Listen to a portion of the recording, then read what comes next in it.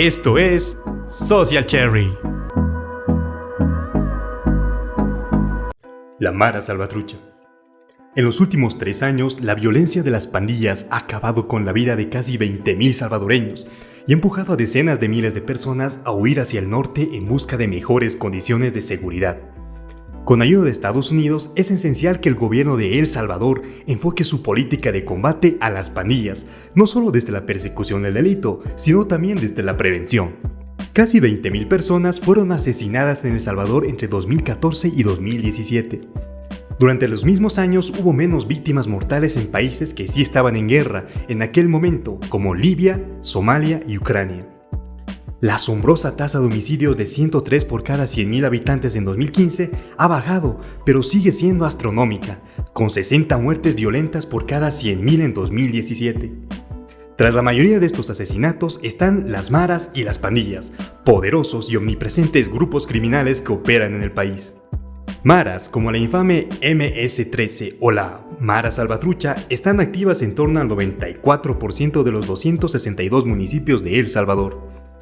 Además de ser una constante amenaza para la seguridad pública, en muchas de las zonas rojas estos grupos se han convertido en la autoridad de facto del vecindario, ejerciendo un enorme control sobre la vida cotidiana de los ciudadanos que viven en los territorios con amplia presencia criminal.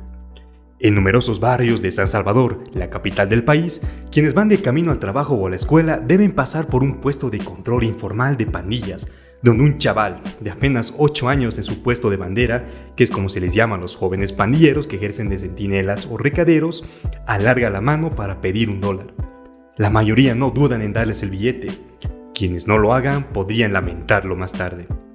La extorsión es un mal mayor para los negocios.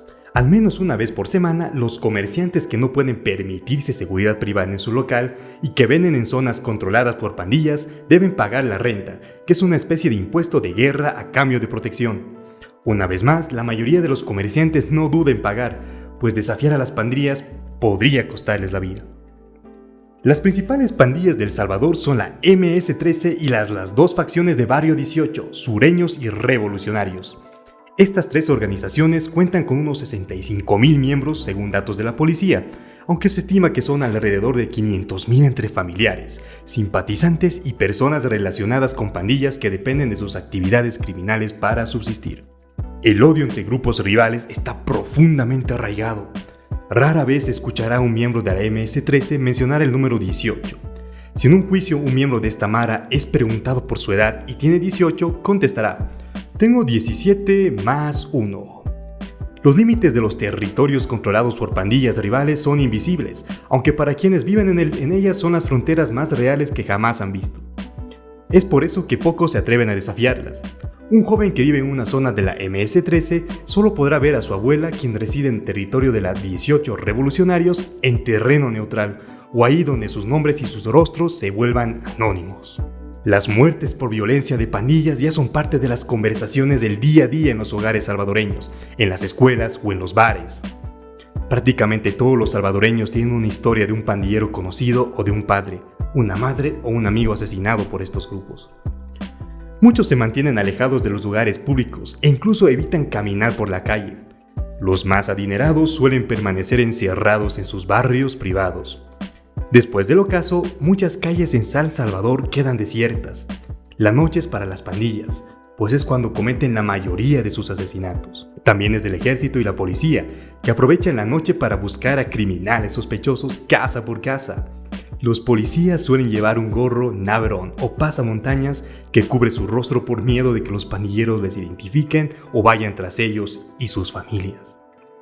En este clima de temor, decenas de miles de personas han abandonado sus hogares para dirigirse rumbo al norte hacia la frontera con Estados Unidos. Reina de 30 años se fue de su casa en el centro de El Salvador con su hermana y sus 3 hijos, después de que las pandillas llegaran a su vecindario. Un marrero había lanzado una bomba casera contra la casa de su vecino, asesinando a 4 personas. Otro había disparado contra su hermano, que era un ex soldado y por lo tanto un enemigo a ojos de la pandilla.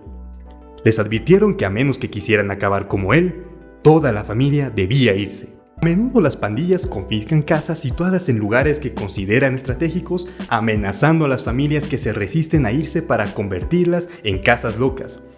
Estos lugares se convierten en un refugio para sus miembros, un lugar seguro donde juntarse a platicar, tomar o llevar a cabo rituales de iniciación con nuevos reclutas. A veces mujeres y niñas del vecindario son llevadas a estas casas locas para ser abusadas sexualmente.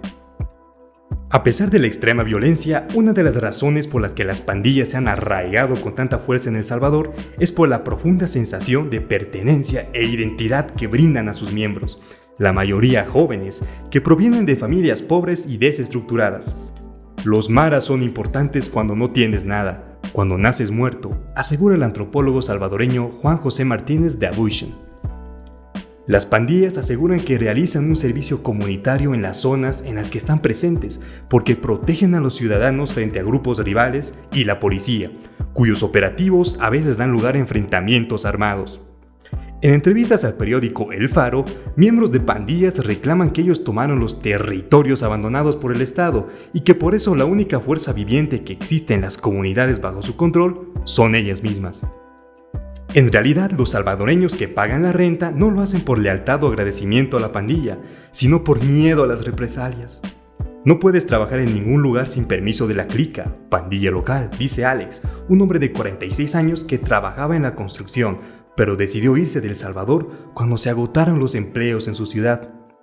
Sus opciones eran huir o someterse al dominio de las pandillas en otro lugar del país. Mientras tanto, en Estados Unidos, los políticos invocan el fantasma del control criminal y social de la MS-13 para promover una agenda anti-migración.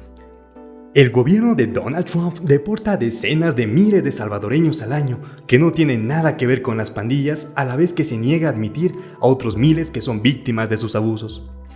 En enero de 2018, Estados Unidos anunció que en septiembre de 2019 pondría fin a la designación del Estatus de Protección Temporal, la TPS, que había permitido a 195,000 salvadoreños trabajar y vivir legalmente en Estados Unidos durante casi 20 años. En junio, el entonces fiscal general, Jeff Sessions, cerró la puerta a otros miles de salvadoreños que huían de situaciones de vida o muerte después de anunciar que haber sido víctima de violencia de pandillas ya no era motivo suficiente para solicitar asilo en Estados Unidos. Estas decisiones parecen irónicas viniendo de Estados Unidos, sobre todo porque las pandillas salvadoreñas son en parte el resultado de anteriores políticas migratorias de este país. La violencia de pandillas es uno de los principales factores que empujan a cientos de miles de salvadoreños a huir de sus hogares. En 2017, se estima que unas 296,000 personas huyeron del país para solicitar asilo en México o los Estados Unidos, o sufrieron desplazamiento interno alojándose en casas de familiares en otras partes del país. En el camino encuentran otros centroamericanos de Guatemala y Honduras, países que también padecen la amplia presencia de pandillas, aunque no hasta los extremos de El Salvador. Hace unos años, la gran mayoría de los compañeros de ruta eran hombres jóvenes que migraban al norte en busca de empleo, pero cada vez más son las mujeres embarazadas, niños o adolescentes que escapan, no solo de la pobreza, sino también de la violencia criminal. Mi nombre es David Ramos Serrano, hasta la próxima. ¿Te ha gustado el video? Si es así, déjanos tu like y comparte con tus amigos. No olvides suscribirte al canal y activar la campanita de notificaciones. Esto es Social Sharing. Nos vemos en el próximo video. ¡Chao! Time is barely on our side.